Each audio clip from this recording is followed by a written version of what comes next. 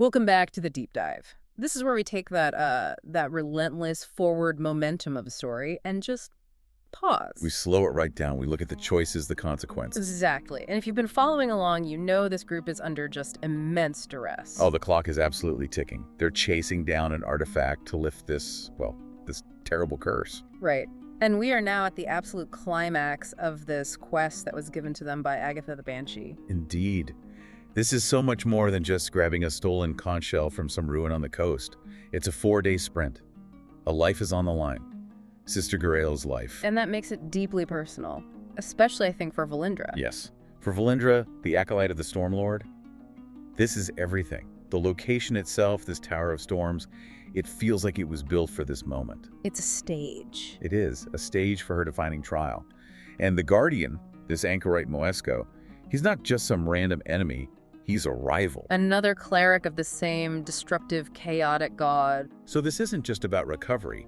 It's a spiritual litmus test, a brutal one. It's designed to prove which of them is truly worthy of Talos' fury. It's the ultimate crucible, isn't it? And the stakes, they feel like they stretch so much further than just this one tower.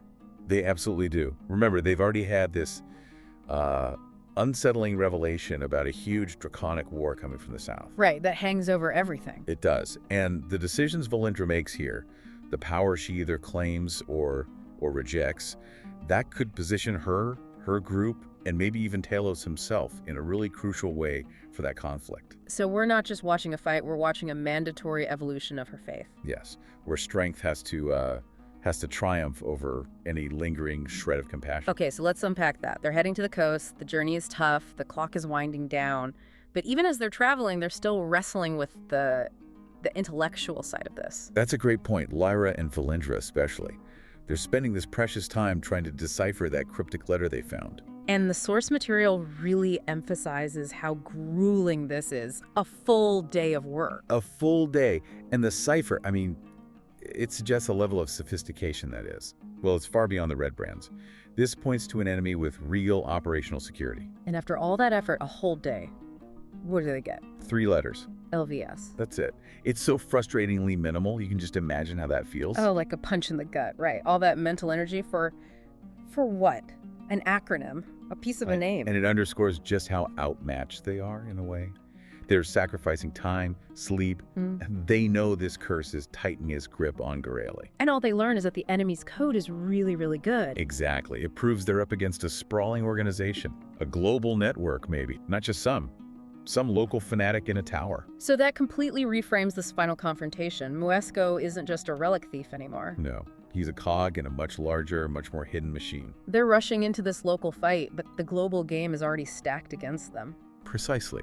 And that tension, between the huge invisible threat of LVS and the immediate physical threat of Moesko, that's what pushes Valindra to seek some kind of clarity. She needs to know her part in all this. She does. So that night, at their camp, she reaches out. She seeks communion with Talos.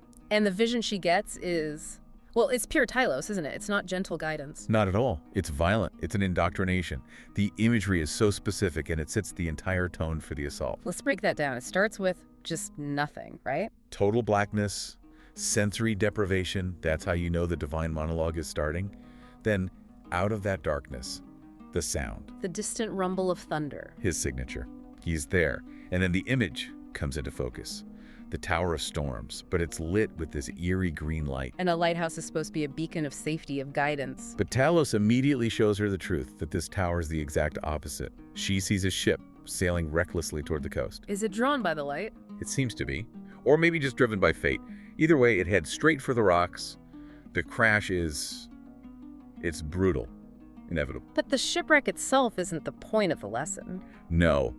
The crucial detail is what happens the second the sailors hit the water. The judgment. Yes. Yes. Sharks appear instantly, and they consume the sinking men. This isn't a natural disaster. It's a divine mandate. Talos is showing her the tower's real function. He's showing her that the tower is a lure for destruction. And that weakness, represented by those sailors, is punished by immediate annihilation. There's no rescue. There's no mercy. And this whole vision, this whole psychological prep, It's immediately followed by a very real, very physical complication. Yes, as Plepty is on watch, someone just returns. Nedza. Muscle Mommy. She just quietly reappears. Her return adds this immediate tension to the team. Last they saw her, she was in a bad way after the Red Brand hideout. Her showing up now, right before this, feels significant. It does. It suggests the gravity of this mission is pulling powerful people back into its orbit. But her loyalties have always been murky at best. So is she here for them? Or is she just here for the violence she knows is coming? That is the unnerving question, isn't it? They have this incredible warrior back, but they have no idea if she's truly on their side. As if that wasn't enough tension, the coastline itself confirms their fears. Oh, yeah. As they reach the cliffs, waiting for the tide to go out, Lyra and Valindra spot something in the waves. Something horrible. Massive, otherworldly tentacles just sweeping the beach below them, searching. This isn't just sea life. This is something else, something ancient and predatory guarding this place. It connects right back to what the Nothic warned them about, things that sail on silver ships between the stars. So Moesko isn't just some isolated cleric. He's allied with or drawing power from these cosmic horrors. The pressure is just overwhelming. The ticking clock, the invisible enemy, Valindra's dark vision, and now these things sweeping the very sand they have to cross. Every step is a trap.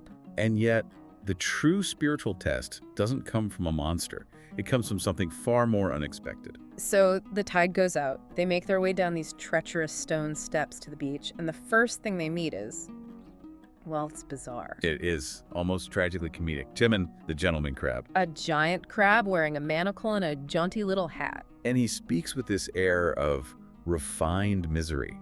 He's a perfect spiritual tripwire for Valindra. He's not a monster. He's a victim. Cursed by Agatha, the very person who sent them on this quest. And he presents them with a classic moral choice. He's miserable, he wants to be free, and he offers a reward, a magical item from a shipwreck if they help him. It's a straightforward, reasonable deal. Mercy could be rewarded here. It could. And this is where the party's own internal conflicts come to a head. Plebalip, the turtle druid who is all about natural compassion. He sees this suffering creature and wants to help. He does. He asks Valindra to petition Talos, to ask for mercy, for healing. He's asking a cleric of destruction to perform an act of pure, unadulterated kindness. And this is the moment, the collision point. Valindra agrees. She steps towards the ocean and she prays for mercy for this cursed creature. And the response from the Storm Lord is immediate and absolutely terrifying. A bolt of lightning. Straight from the sky. It doesn't just strike near him, it strikes him, searing his shell. It's not a denial, it's a punishment. A punishment for the act of pity itself. Another voice in her head, cold, echoing. Do not pity the weak. That one sentence, it redefines her entire faith.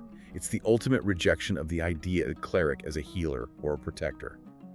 Talos demands ruthless strength. So pity is the sin here. Not healing necessarily, but the emotion behind it. Exactly. Healing a soldier to get them back in the fight, that serves strength. But pity for something already broken, that's seen as subverting the natural order of chaos. Weakness deserves only to be destroyed. That's the lesson, the spiritual amputation. She has to cut away her own empathy to access her god's power. And poor Timon becomes the sacrificial lamb to teach her that lesson. He does. The party is shaken. But there's no time to process it. The physical trials start immediately. As if Talos is saying, good, now prove it. Right. As they move toward the tower, Imogen stumbles, and the sound alerts a flock of harpies nesting in the ruins. A chaotic aerial ambush. It forces them into a quick, brutal fight. They've just been taught to value strength, and now they have to use it. They fight through the harpies, they've passed the test, and now all that's left is the tower itself. They finally reach the door. Plep-slep, maybe out of habit, knocks. And gets only silence in return. The silence of total dominion. So Valindra, now empowered, just pushes the door open. And what they find inside is just so strange, this mix of decay and bizarre domesticity. A chair, a couch, a candle, a piano. Piano. In the middle of this ruin, someone has tried to make a twisted kind of home in the heart of all this destruction. And Lyra finds something on the piano, right? Yes, a powerful magical formula, a fireball scroll, just left out in the open. What does that tell you about Moesko? It's either incredible arrogance, or he's so focused on his grand sacrifice that something like a scroll is just irrelevant to him. He thinks he's untouchable. And that hubris leads them deeper inside, into the main chamber. The shrine. The true heart of the tower. It's fully dedicated to Talos, a massive statue of a man wielding a lightning bolt. This is more than a shrine, though. It's a power station. It is. The altar has these two copper pipes just artising with raw, unstable electricity. Moesko wasn't just praying here. He was channeling the storm itself. And Valindra is just drawn to it, irresistibly, to a small box on the altar. The moment she touches it, all that raw current surges through her. The source material is clear. This is agony, but it's also a transfer of immense power. She's literally taking the storm into her body. And you can see it. Electricity crackles around her hands. Her eyes flash with this bright azure light. She's become the lightning bolt. And overwhelmed, she puts her holy symbol on the altar and she thanks him. She says a prayer of thanks. A very human thing to do. A lingering habit. And Talos immediately corrects her. The second, more important command comes. The voice in her mind, cold and final. Do not be thankful. Be strong. Be who you are supposed to be. Let's just sit with that for a second. Don't be thankful, be strong. Gratitude implies you received a gift, that you're indebted. But strength implies dominion. Precisely. Talos is telling her, this isn't a favor. This is your nature. It is a command to dominate. You are not my servant. You are the storm. And with that, she passes the trial. She shed her old self, and now, as a storm, she turns to face her rival. The party turns, and they see him, Moesko, seated on his throne. And the sight it's just horrific. It's grotesque. His chest has been cut open. His ribs are splayed apart, creating this living, gruesome altar. He sacrificed his own body to become a conduit. And you see the source of the tower's evil. The conch shell is in his lap. And his heart. His own heart has been removed and transformed into this pulsating, glowing orb. It's powering the tower. It's the deceptive green light. He turned his own life force into a lighthouse of hate. And as they take this in, he attacks. A furious lightning bolt lashes out. The very power Valindra just claimed. But the party is already a step ahead. Lyra and Neza. They snuck upstairs. They're right above this whole morbid scene. Right above the heart. So it's a dual assault. A desperate, perfectly timed counter. Yes. As Moesko strikes at the party below, Lyra and Neza plunge their blades down into the exposed, throbbing, glowing organ. The effect is instantaneous. The moment the blades pierce the heart, Moesko just freezes.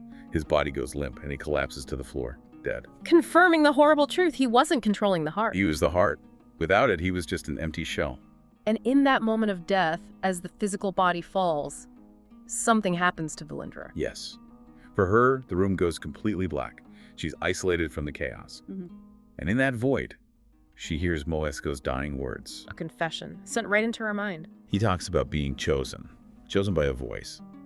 He believed he was the cornerstone of a new age, that he was led to the conch to fulfill some grand purpose for Talos. And then comes the real bombshell. He confesses. He killed the banshee who used to live in the tower. He killed Agatha. The very person who hired them.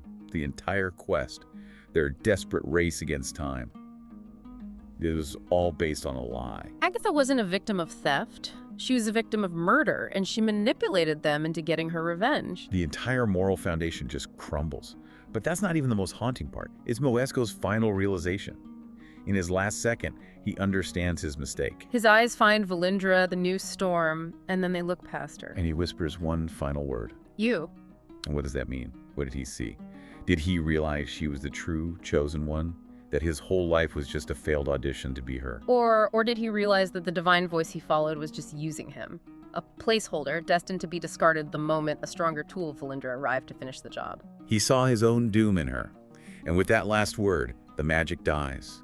The conch clatters to the floor. The unnatural hum is gone. And all that's left is the real sound of the storm outside. The wind and the waves. The death trap is broken. But the cost is immense. Valindra passed her trial. She has the power. But she had to sacrifice her compassion, her very humanity to get it. They got the conch. They can save Sister Garayali, but Moesko's fate is now this chilling warning hanging over her. He thought he was chosen, and he was consumed. And that really is the question we have to leave you with. By embracing this power, by becoming the storm and rejecting pity, has Valindra just locked herself into the same tragic path? Is she now just another pawn in a much bigger, more brutal divine game, destined to one day see her own replacement in the eyes of another and ask that same haunting question?